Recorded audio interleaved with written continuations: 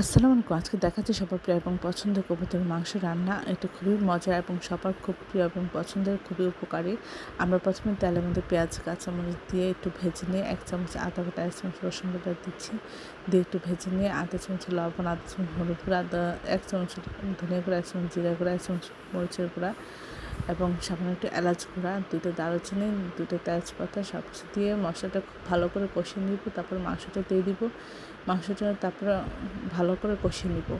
আমরা অল্প অল্প পানি দিয়ে ৪ থেকে ৫ বার পানি দিয়ে এটা কষিয়ে রান্না করব। এতে টেস্ট বেড়ে যাবে। আশা করি আপনারা এই টিপসটা ফলো করবেন, তাহলে এটা খুব টেস্টি হয়।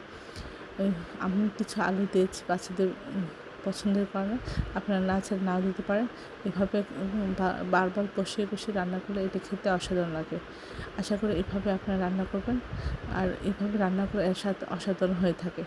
সবাই আমার চ্যানেলটি লাইক এবং শেয়ার দেবেন, সাবস্ক্রাইব করবেন, প্রয়োজনকে বেশি বেশি করে শেয়ার দেবেন। আমার চ্যানেলে সব রকম রান্নার রেসিপি রয়েছে, আশা করি দেখবেন। আর এইভাবে রান্না করে প্রিয়জনকে খাওয়াবেন। সবাই খুবই খুশি হবে এবং খুবই